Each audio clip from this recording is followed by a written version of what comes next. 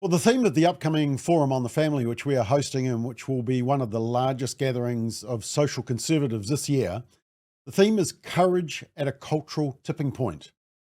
The culture is slowly but surely waking up to the harmful effects of the radical left-wing agenda and the destruction of family values that we all hold dear.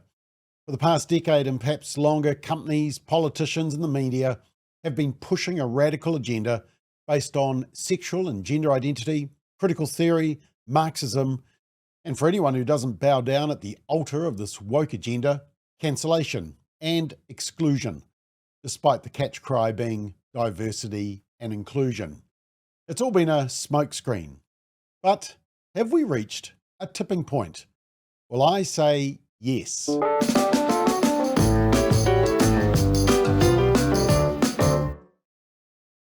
So over the weekend, I asked Meta AI to tell me the companies accused of being woke starting to not be woke. And the reply was, companies are navigating a complex landscape where being woke can be both a positive and negative attribute, depending on the context and audience. Some companies are being accused of being woke when they prioritize diversity, equity, and inclusion initiatives, DEI, environmental sustainability, or social justice causes. However, others are shifting their approach due to various factors. And the various factors are backlash and criticism for being too woke and potential loss of customers or revenue, changing consumer preferences, and polarization. The polarization or polarized nature of some social issues can lead companies to reevaluate their stance to avoid alienating certain customer segments. And so they say in response, some companies might rebrand or reposition, focus on core values, back to just selling products without lecturing everybody, and engage in authentic storytelling. And so I then asked, well, which companies have moved away from promoting pride and being woke? Well, it was quite a list. Companies pulling out of pride events, the Bud Light Company, withdrew support from Pride festivals in St. Louis and San Francisco. MasterCard ended its platinum sponsorship of New York City's Pride March, although it says it still participates in the parade. PepsiCo dropped out of sponsoring New York City's Pride Festival. Nissan withdrew support from New York City's Pride festivals. Also, Citi did as well. I think that's an American company credit card, isn't it? PricewaterhouseCoopers ended its sponsorship of a Pride festival. And other companies reducing support. Deloitte stopped sponsoring a Pride festival. Booz Allen Hamilton withdrew support. Lowe's ended participation in the Human Rights Campaign survey, which is a very left-wing organisation, but a bit like the Human Rights Commission here. Dyson, no longer listed as a sponsor on Chicago Pride website. Nivea halted sponsorship of LGBTQ events. Tiffany & Co. no longer listed as a sponsor for Pride events in Chicago and Los Angeles. Live Nation no longer sponsors Los Angeles Pride. UPS not listed as a sponsor for Atlanta Pride. Disney not listed as a sponsor for Long Beach Pride. DoorDash no longer sponsoring Long Beach Pride's sponsor list. Comcast withdrew from Washington, D.C.'s Pride event. And Skyscanner, Costa Coffee, and Reckitt Benckiser. They exited sponsorships from Edinburgh, London, and UK festivals. Wow, that's quite the list, and I don't think it sums up all of them. In fact, if you go to our site, wokeup.nz, you'll see a number of articles highlighting the growing list of companies quietly retiring their wokeness. There is Toyota. There's also Boeing. Walmart says bye-bye, and even McDonald's has abandoned the woke DEI initiatives, and there's plenty more. And there was a fabulous article that I read last week when I was in the US. Now, the article is in the Federalist entitled, Nike's Scotty Scheffler Dad Ad Signals a Serious Cultural Vibe Shift. Let me read it to you. I want to read it to you and just show some of the examples that they include in it. And they say, earlier this week, Scotty Scheffler surprised the sports world with something rare in professional athletics: humility, honesty, and perspective. In several press conferences, it sounded more like Ecclesiastes than ESPN. He reflected on the emptiness of chasing trophies for fulfillment. Now, if you're not a golfing fan, you may not know who Scotty Scheffler is. Let me tell you. At just 29 years old, Scotty Scheffler has already secured a place amongst golf's most dominant and decorated athletes. 4 major championships, a commanding world #1 ranking, and the respect of his peers. But when asked about what really matters, Scheffler didn't point to the leaderboard. He pointed to home. In the same breath that he spoke about golf, he reminded the world that his identity is grounded not in what he achieves, but in who he is. A husband, a father, and a man trying to keep the main things the main things. In fact, I grabbed a little bit of his media press conference. Have a listen. I mean, I love playing golf. I love being able to compete. I love living out my dreams. I love being a father. I love being able to take care of my son. I love being able to provide for my family out here playing golf. And, every day when I wake up early to go put in the work, my wife thanks me for going out and working so hard. And when I get home, I try and thank her every day for taking care of our son. It's just, that's why I talk about families being my priority, because it really is. I'm blessed to be able to come out here and play golf, but if my golf ever started affecting my home life, or it ever affected the relationship I have with my wife or with my son, that's going to be the last day that I play out here for a living. This is not the be all end all. This is not the most important thing in my life. And that's why I wrestle with, why is this so important to me? Because, I would much rather be a great father than I would be a great golfer. That at the end of the day, that's what's more important to me. Wow. Now, before I show you Nike's response to all of this, let me first remind you what Nike have been up to. Remember this, Dylan Mulvaney, a dude pretending to be a woman and who sunk Bud Light's shares and lost the company billions. This is him modeling Nike sportswear, women's sportswear. So a dude modeling women's clothes. But, Nike thought that was all good. They also had their trans gear, Be Legendary, and also this. Yep, so they were very woke, weren't they? And according to LifeSite News, Nike dropped its partnership with boxing great Manny Pacquiao, is that how you say it, in 2016 over his condemnation of same-sex marriage. They also promoted a transgender athlete during the Olympics in 2016. They sponsored a queer youth field trips and hosted an LGBTQ pride event with a surgeon who subjects kids to transgender mastectomies. That's just a few examples. There's also some suggestion that Nike are funding a study on trans adolescents. Now, Nike refused to confirm or deny this, which says everything. But Nick Minute, a 9% drop.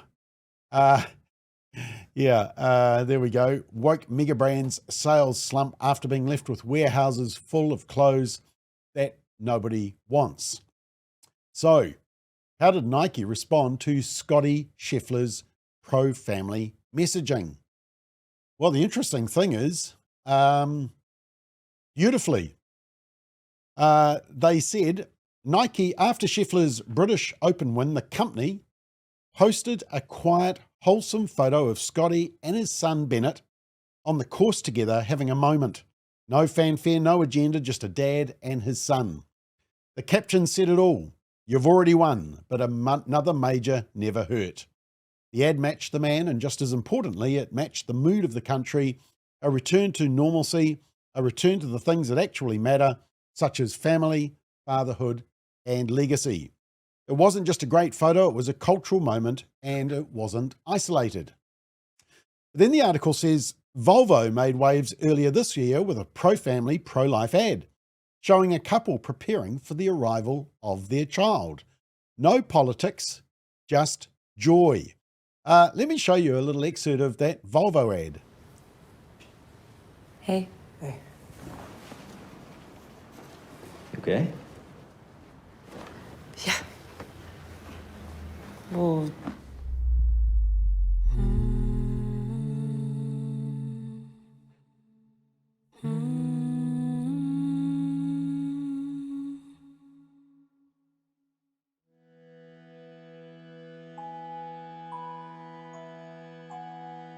Hey, love.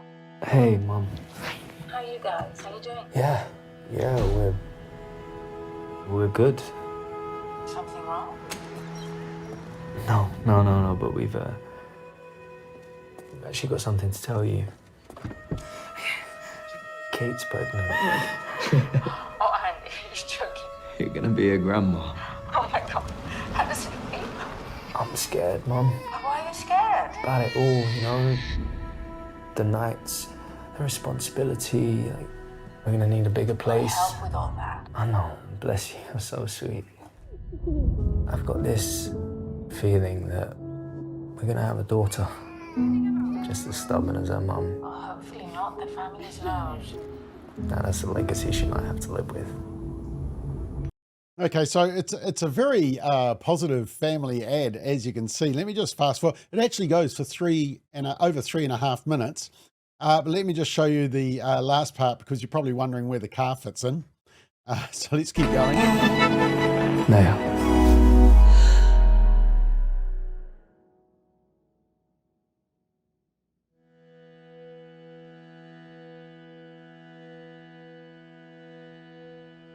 Lucky the car has good brakes.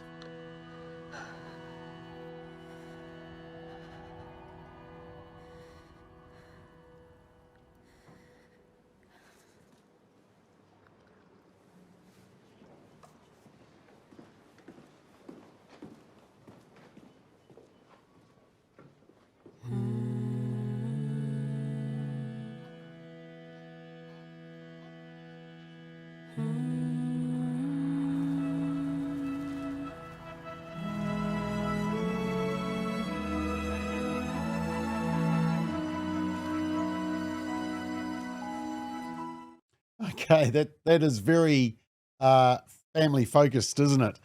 And pro-life. And the article continues and gives the example of Apple. One of Apple's most recent campaigns similarly ditched the lectures and leaned into something far more universal: dads and daughters. Here's a little excerpt of that one.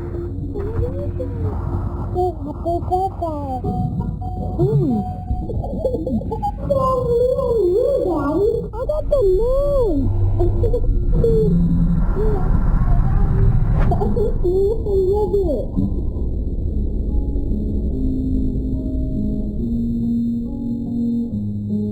John, listen.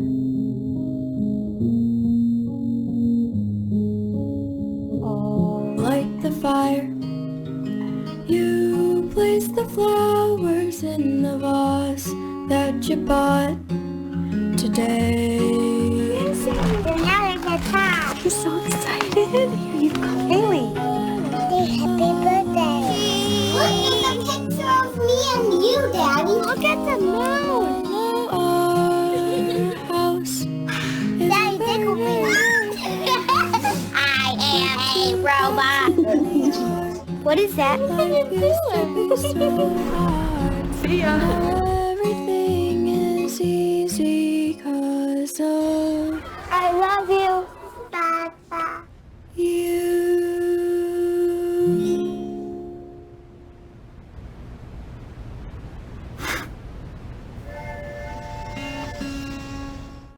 Yeah, now I actually shortened that slightly. It's a long ad, but it's very pro-family. The article continues, even the Super Bowl, typically a canvas for culture war messaging dressed up as advertising, featured a surprising number of commercials focused on connection, nostalgia, and home life. Brands are no longer selling shock. They're selling something radical in today's climate. They're selling normal. Why? Here's the key bit. Because Americans are exhausted. For years, actually, it's not just Americans, it's all of us, isn't it? For years, we've been force-fed a diet of corporate sloganeering, social experiments, and astroturfed ideology. The commercials, the award shows, the children's programming, it all felt like a coordinated effort to deconstruct everything normal and call it progress. Like we've been running a high-stakes experiment on what happens when you remove every natural boundary and mock every traditional norm. And while not everyone has the vocabulary to explain why it feels off, most Americans sense it deeply. The results are in. The people are tired. Politics is starting to reflect that fatigue. One of the most effective ads of the last election cycle highlighted Vice President Kamala Harris' support for taxpayer-funded transgender surgery for prison inmates. Let me just show you that advertisement. This is the advertisement, 60 seconds, that they reckon swung the election to Donald Trump. They murdered a father of 3, sentenced to life in prison. Kamala Harris pushed to use tax dollars to pay for his sex change. I made sure that they changed the policy so that every transgender inmate would have access. It sounds insane because it is insane. Kamala was the first to help pay for a prisoner's sex change. The power that I had, I used it in a way that was about pushing for the movement, frankly, and the agenda. Kamala's agenda is they, them, not you. I'm Donald J. Trump, and I approve this message. Actually, it wasn't 60 seconds, it was only 30 seconds. And yet they reckon it was the ad that swung the election. She's for they, them. Donald Trump is for you. I heard that a lot last week, actually. They were saying that issue really swung the election, the whole trans issue, the confusion around gender. And that's why young people are becoming more conservative, as I highlighted in the previous McBlog.